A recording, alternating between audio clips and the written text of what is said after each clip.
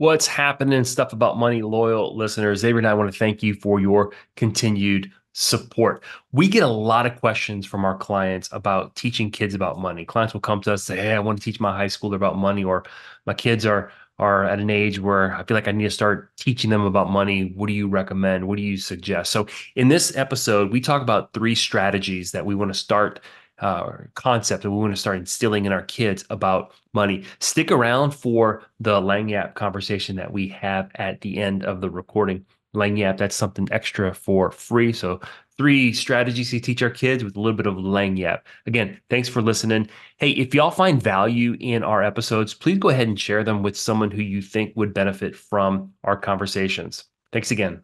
Welcome back to Stuff About Money. I'm Xavier Angel, certified financial planner, and I'm joined today by my co-host, Erik Garcia, certified financial planner. How you doing today, Erik? Man, I am doing good, Xavier. It is a pleasure to join you today. We are recording. It is festival season in New Orleans. This is my favorite time of the year. So, I can good. I can tell.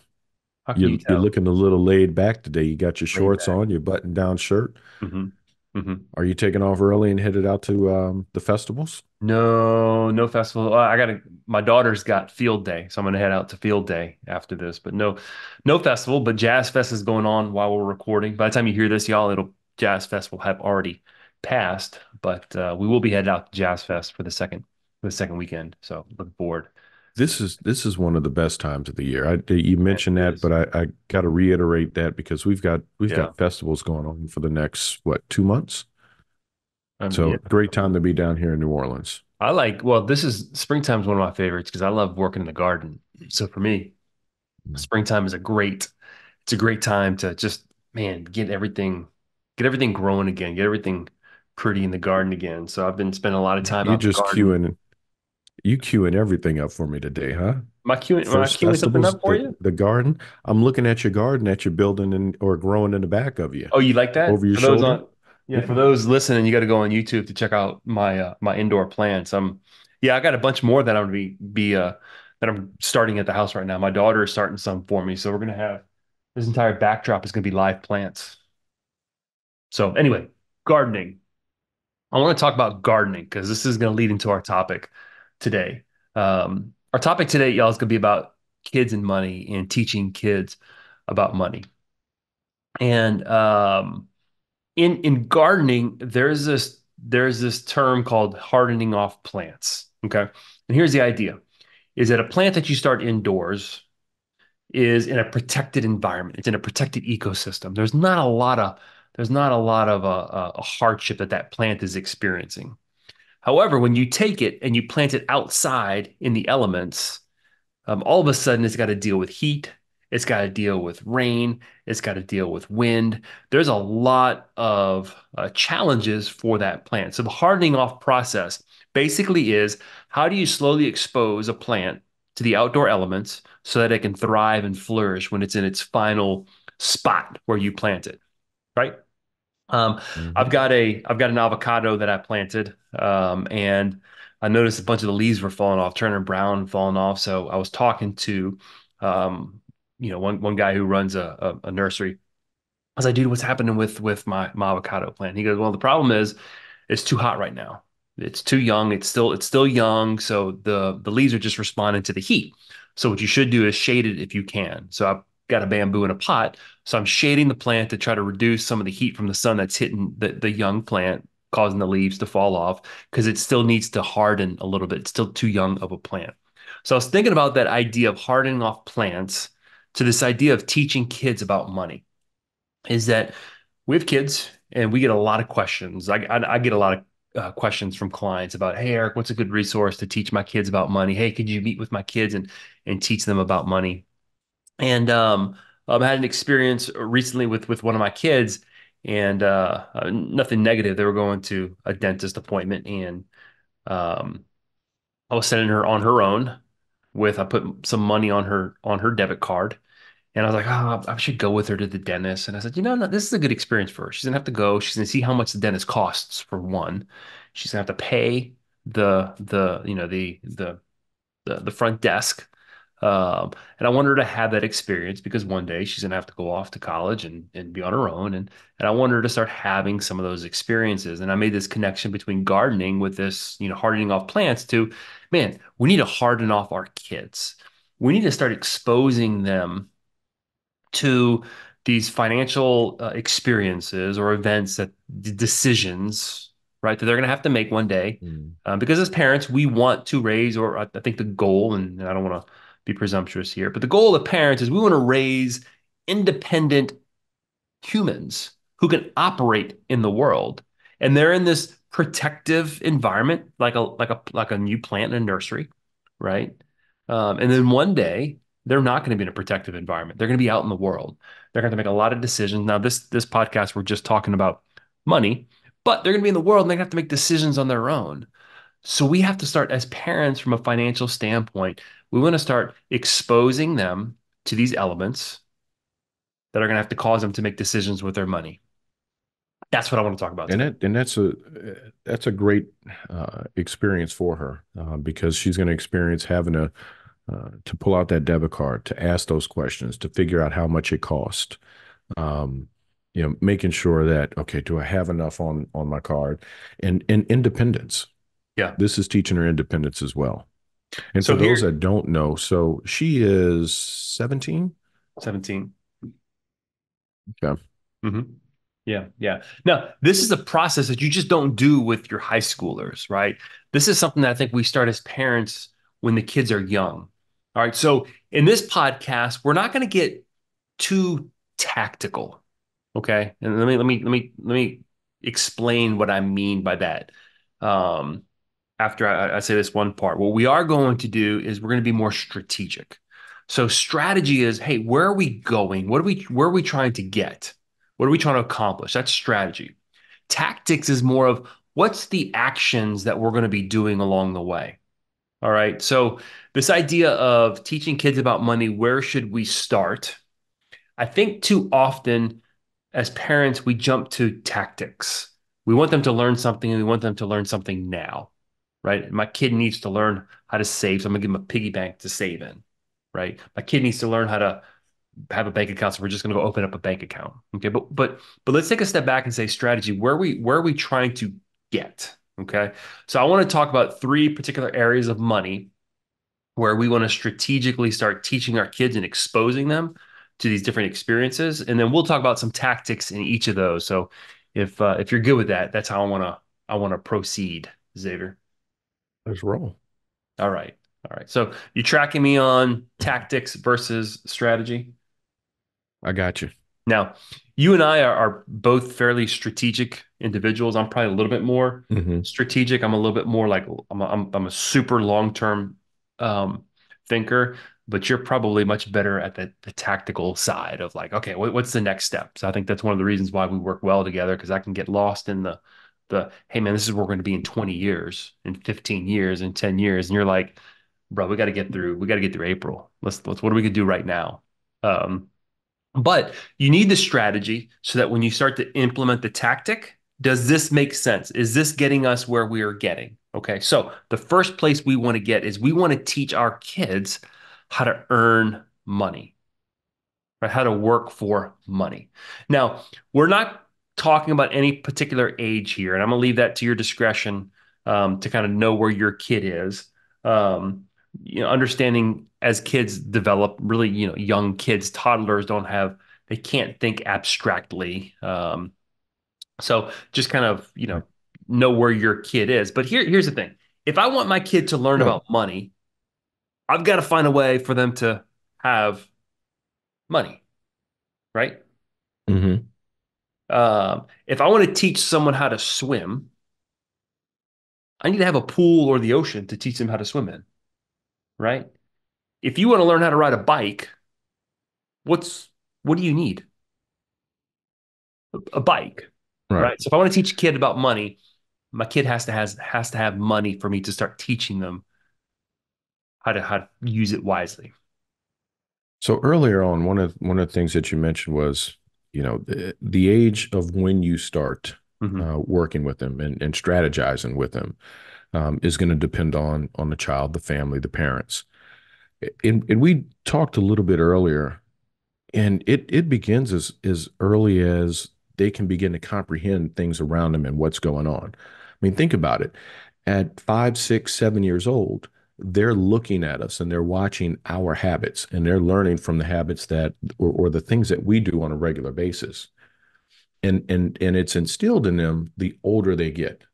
So your 10-year-old is learning it now and seeing the things that your 17-year-old is doing or your 21-year-old are doing. And they're learning from that. Yeah, certainly kids will model behavior, but I think you bring up a really good point that I don't think a 3-year-old understands the concept of money. Okay. But I think that a 3-year-old understands the concept of reward. Um, Hmm. Maybe it's a star chart. Maybe it's if you do this, then you get a snack.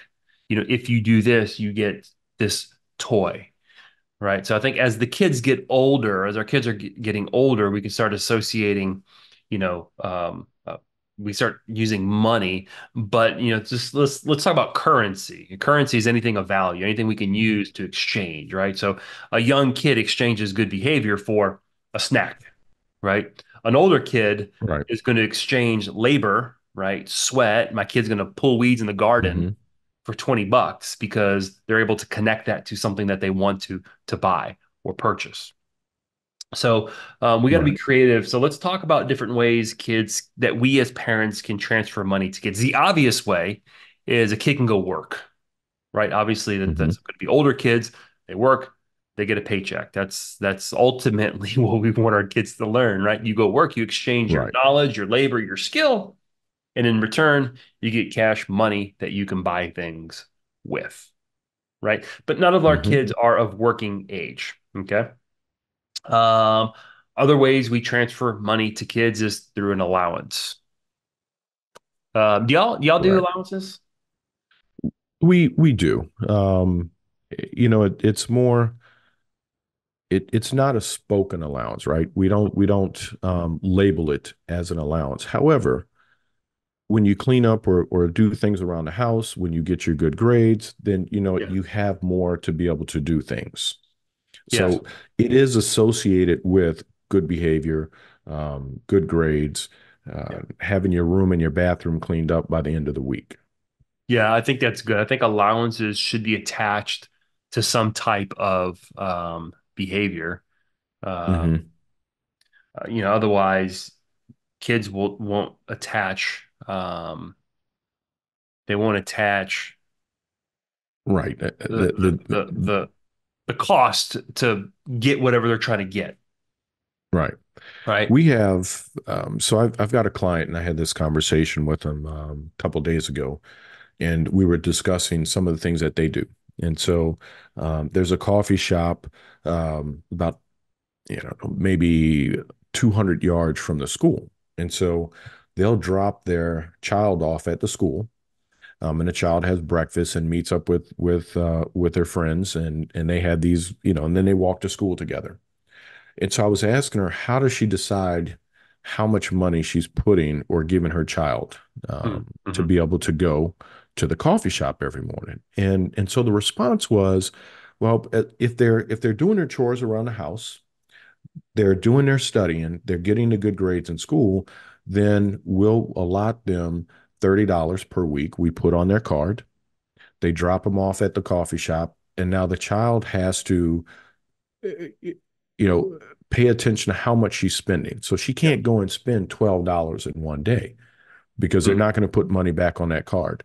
yeah. So now it's allowing them to be able to strategize and figure out how much things cost, and I can't spend everything at one time Yeah. because it's got to last for 5 days. Yeah. And if the kid wants, I don't know if the particular parent does this, but if the kid wants more, it's like, okay, what else can we do? Right? What's something Hmm. additional that you can do to earn more money? I think we make mistakes sometimes as parents if we have means by just giving our Hmm. kids things. I think that Right. they lose the connection between work and money. And I hear from so many people. I hear this from clients and just friends who will share these experiences of facing some form of hardship and learning a lesson from it. Hmm. And I think that while we're hardening off our kids, I think it's okay for our kids to experience what they would consider hardship, right? I Hmm. can't buy Right. my mocha latte, vanilla chai, whatever, because I don't Right. have enough money. Like, it's too bad. You shouldn't have bought all the muffins the day before with the whatever. I don't, right? So I And think, I think that goes back to that saying. I've heard people say before, whether they're in a grocery store, wherever it may be. I've heard parents ask their children, "Do you think money grows on trees? You know, do you think I'm an ATM machine?" So I think what we're discussing now hmm, allows the child to begin to realize that, okay, money just isn't free flowing.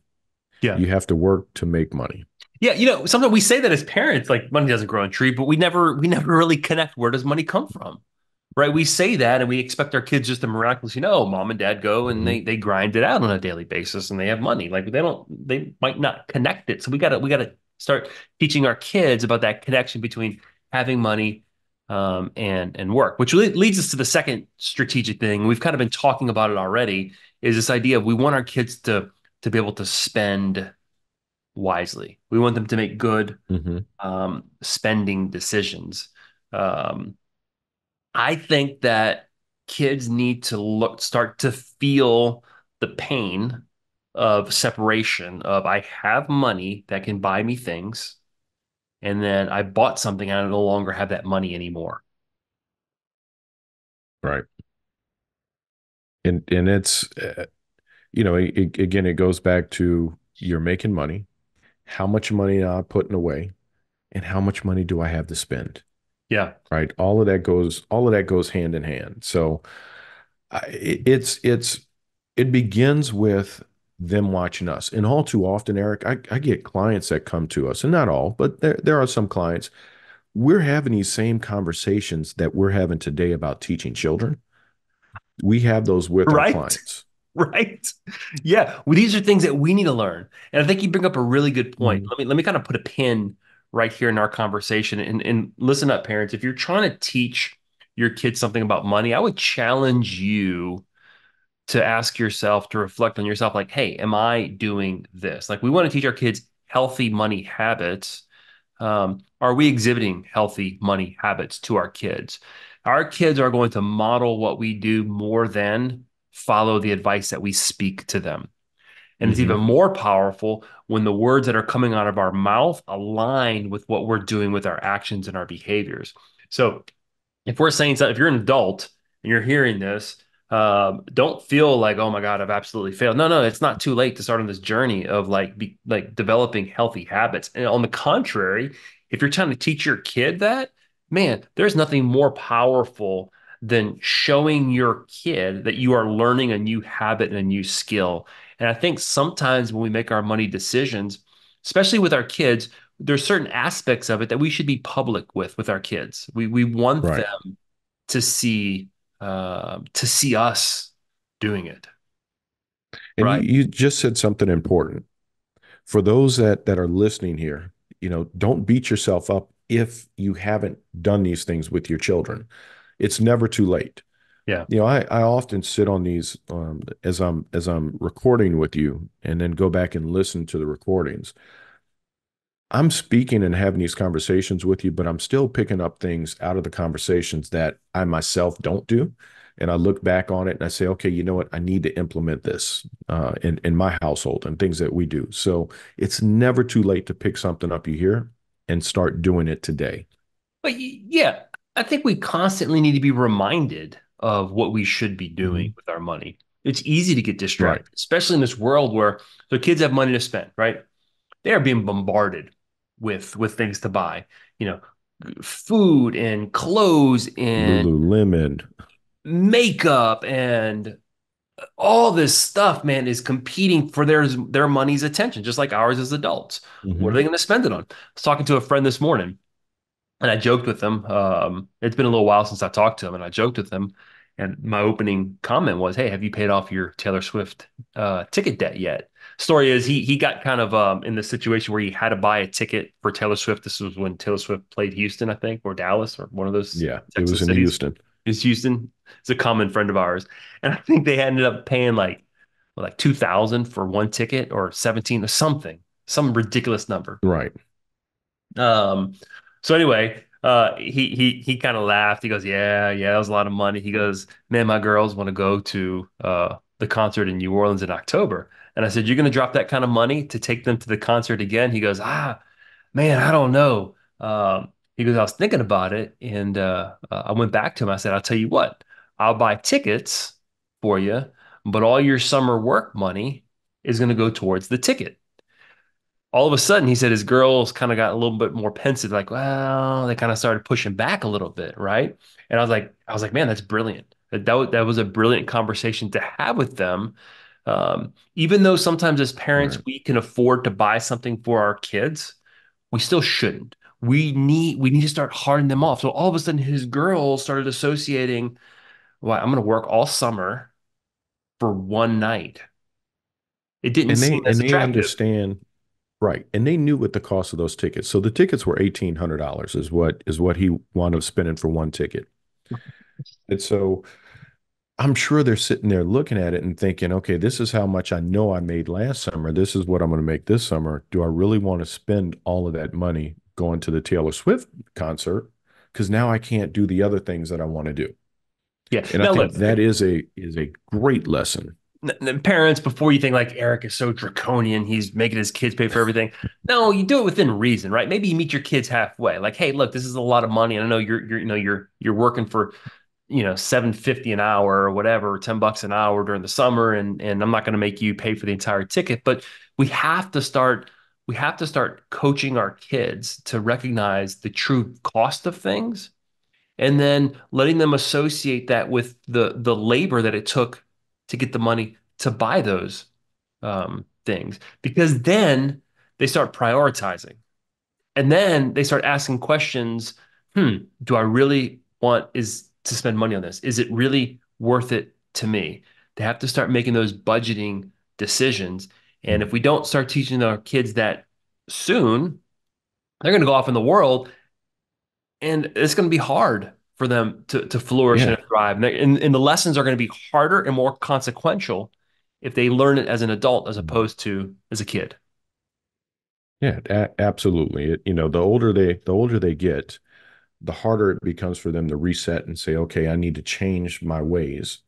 This is what I've been doing. Now let me change it and start focusing here. My attention on saving money, spending less on frugal things. I think one of your pillars, the third pillar of in your pillars to financial Security. um, security Yeah. is don't do anything foolish with your money. That's And actually not I one of the think pillars. That's actually, but yes, don't do anything foolish. It's one of the three things. How do you have financial success? The last one is don't do anything foolish with your money. Now, foolish is a very values oriented, very subjective. Okay.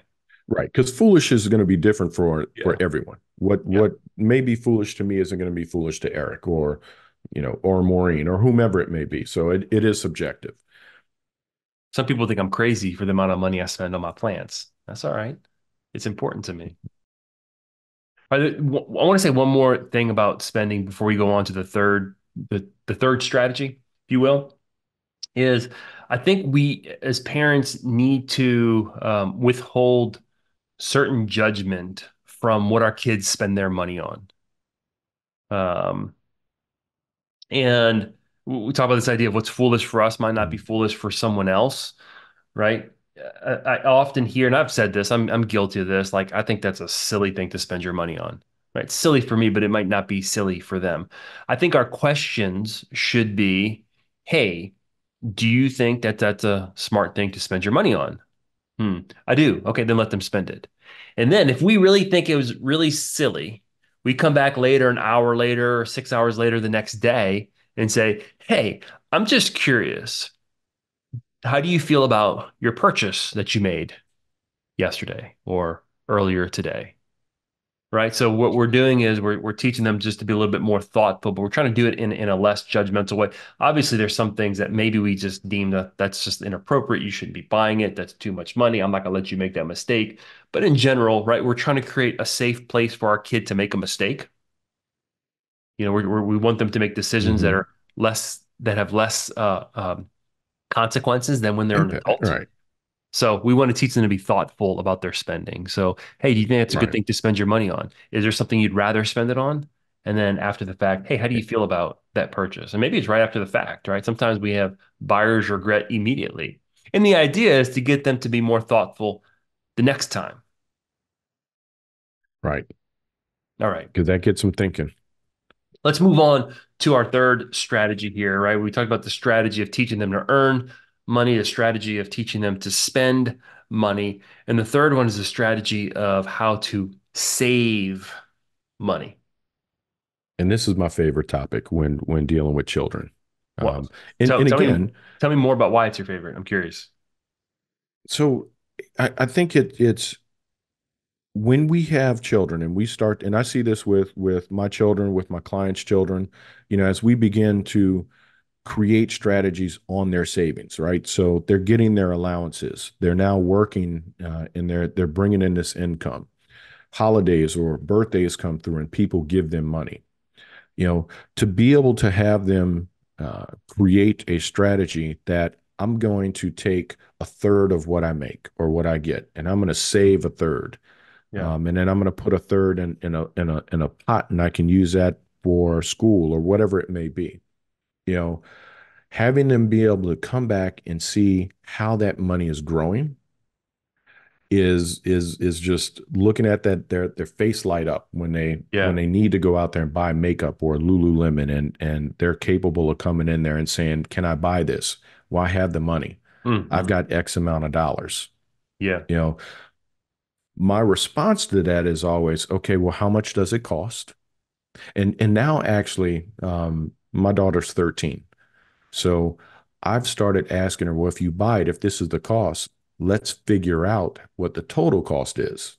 Oh Because yeah. they've Yeah. been learning, about taxes and all that other Mm-hmm. stuff. So this gives me an opportunity to really focus on her math skills and asking her, well, how much is the total cost? Do you have enough? What parish am I in? Um, It's kind of hard. Xavier, am I in right. Orleans Yeah. Parish or Jefferson What Parish? parish? Right? What place in the Um, country? Right. So this is one of my favorite topics in talking about, because we can also, I think, another place is utilizing vehicles, and tools to be able to grow those monies. You know, mhm. if we're now putting those monies inside of a vehicle that's invested in the market, Well, now you going to I like now can savings teach. 303. Okay. We're just talking about saving. Well, We're not talking about I investing, but I see where you're I, going. I don't, but look, I told you I I get see where you're going. excited about this, I right? see where you're going. Yeah. So they get a statement that comes in the mail, Yeah. Yeah. on a quarterly basis. I now have the opportunity to sit down with them and say, look, you've worked hard. You made X amount of dollars. You've saved some money. Look how much it's grown. Hmm. Now, in some cases, it's down. And I've gotten a question that I want to know why my account is, why'd I lose money? I'm saving it, but I lost money. And Hmm. so now that gives us an opportunity to come back and explain, here's how things work. This is how the markets work. So when you start You're like teaching the, 6 steps ahead of me, but I like where you're going. So I'm gonna so take a couple I'm, steps I'm telling back if you, that's all right. yeah, I get excited when we start I, talking about this, especially I with know kids, because of I love it. I've I love seen your where, yeah, yeah. I mean, I've seen where I think I've told the example, earlier this year where I had a client call me because her two girls wanted to know why they lost money in their account. Yeah. And my own daughter tells me, well, no, daddy, you're not explaining it right. Let me explain it.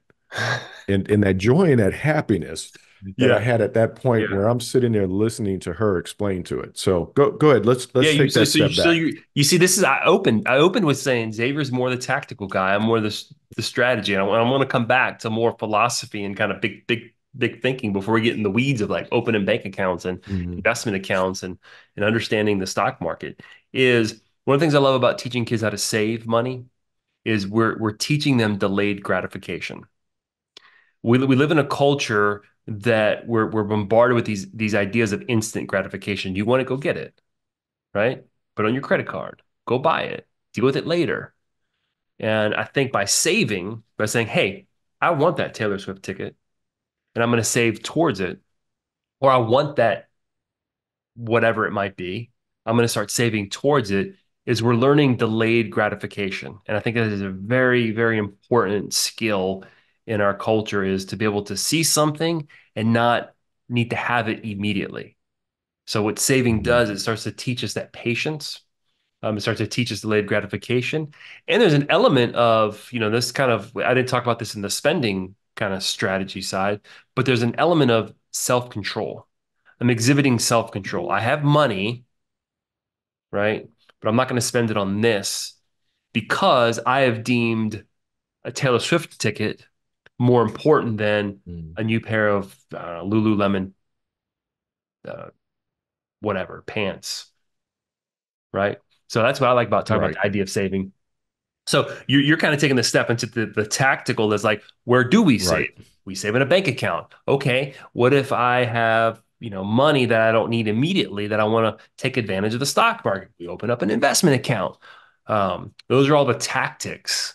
But we want to start teaching, right, instilling the value of saving. What does that look like? Hmm.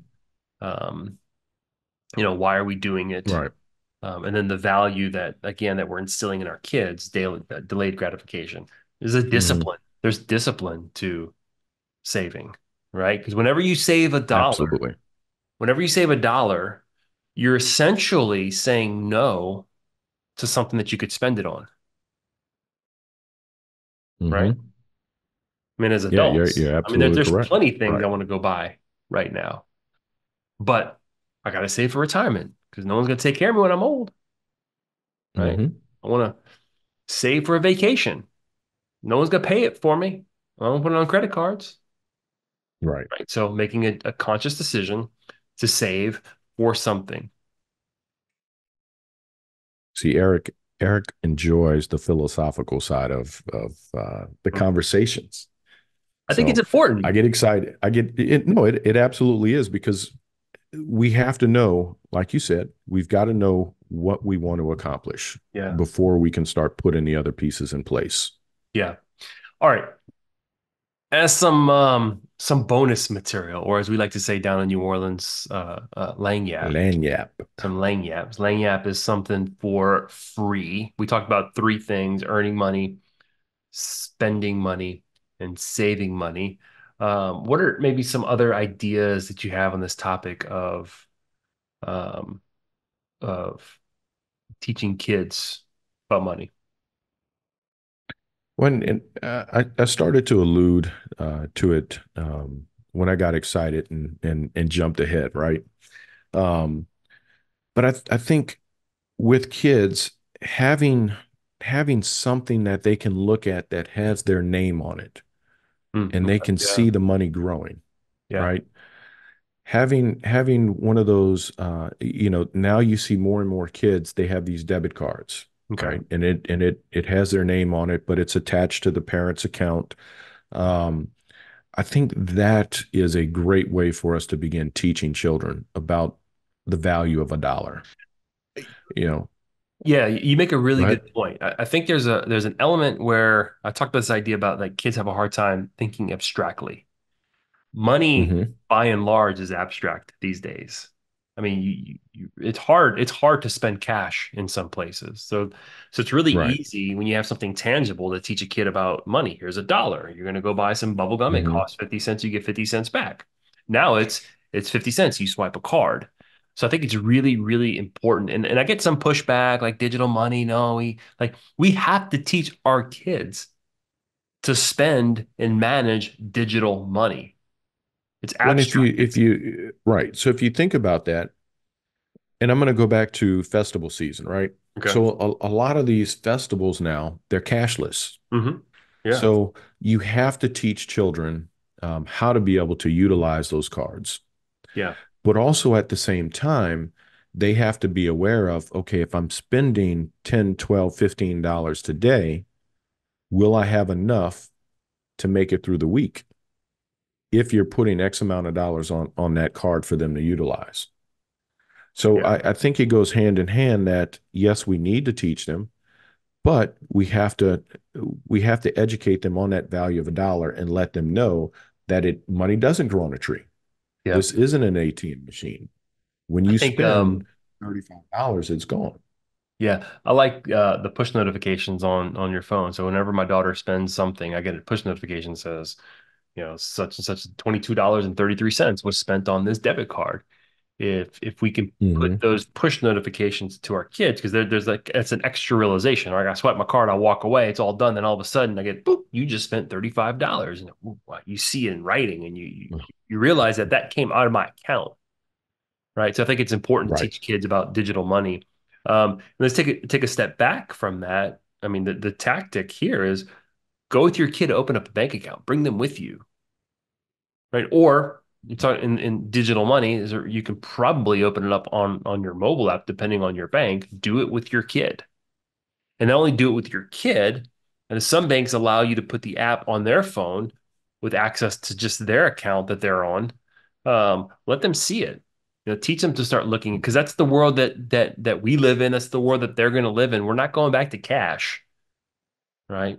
So we want to create these moments, these experiences where they're opening an account and they can Hmm. check their balances and remind them to check their balance. Hey, you're going to school today. You're going to have coffee. Don't forget to check your balance, right? Check your balance. Check your balance. Check your balance. I'm probably a little I probably over check my balance, but every morning I check my balance every morning. Like I want to know what's in my account.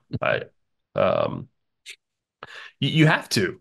I talk to some people all the time. They're like, "Man, we never check our balance." But how do you not check your balance? How do you not know what's in your account to spend? You should check your balance. So that's something we should be teaching kids about checking their balance. It, So it's it's similar to the old school of balancing your checkbook.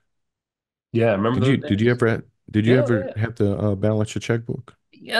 I did, but when we were starting to spend money, you could still do digital banking. There's websites we could go to and Mm. check balances and see what's come out of your account. I mean, you balance your checkbook to know how much you had in your account, so you don't have to go to the bank and get a balance or call the bank to get a balance. But as soon as you're able to start going online and checking balances, became a little bit less important to balance your checkbook because we have. Right. I mean, now I probably have 4 or 5 apps on my phone. No jokes. I'm constantly testing different apps. I have like 4 or 5 apps on my phone, not including the bank app, that I can check Hmm. my real time balance on my bank accounts. Um, so yeah, I remember balancing checkouts. Yeah. What? Well, you being older than me, I didn't realize if you had Me the older than opportunity to you. do that because I don't remember doing it. I'm not older than Xavier. Um, Xavier's an old man. One Langyap thing that I want to mention here that, and I alluded to this earlier. I didn't allude to it. I said it about this idea of being public with some of our money decisions with our kids. Now I know talking about money is hard. I think for a lot of people, talking about money is very difficult. They'd rather talk about other, controversial things than money. But I think that we want to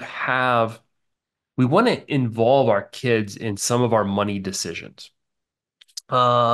So here's a scenario. Okay. You're out with your kid wants to buy something. As parents, our first instinct is to say no. Well, why? Usually followed up with, well, we don't have money for that. End of story, move on. Right. Now, sometimes we lie as parents. Yeah, we have money for that. We just don't want to spend money on that. So I think that if we as parents have goals that we're saving towards that involve our kids, we can say, hey, look, you know what? We're not going to spend our money on that, even though we can, because we're saving for Disney World, right? Or we're saving for a beach trip. Or we're saving because you want to go to college one day. So what we're doing is we're inviting them in to our thought process on on money.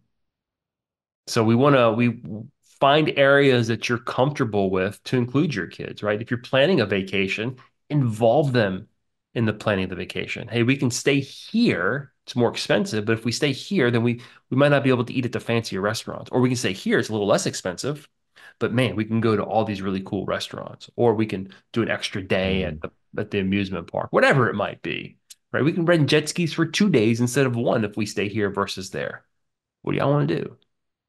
And again, even if money's not a concern for you, even if I've got enough money to do whatever I want, I still think we need to create these situations where you have some friction where you have to make these decisions. Because you might be able to afford everything.